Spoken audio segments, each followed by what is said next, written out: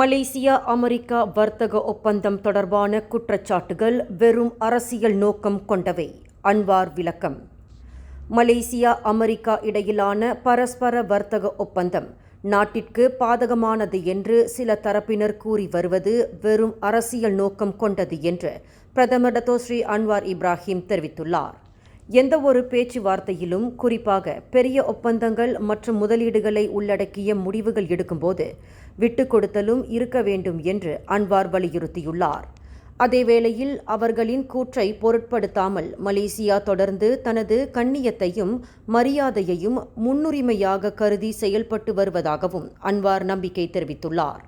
இந்த ஒப்பந்தம் குறித்து நாடாளுமன்றத்தில் ஏற்கனவே முதலீடு, வர்த்தகம் மற்றும் தொழில்துறை அமைச்சர் தங்கு டத்தோஸ்ரீ ஜஃப்ருல் அப்துல் அசீஸ் போதுமான விளக்கமளித்து விட்டார் என்று கூறிய அன்வார், சில தரப்பினரின் குறை கூறல்களை பொருட்படுத்தப் போவதில்லை என்றும் தெரிவித்துள்ளார். செமிகண்டக்டர் மற்றும் அரிய மண் தாதுக்கள் உள்ளிட்ட ஒப்பந்தங்களில் அமெரிக்க அதிபர் டொனால்ட் ட்ரம்ப் மற்றும் சீன பிரதமர் லீ ஜிங் ஆகியோருடன் மிக கவனமாக கலந்தாலோசித்த பின்னரே முடிவுகள் எடுக்கப்பட்டுள்ளதையும் அன்வார் சுட்டிக்காட்டினார்.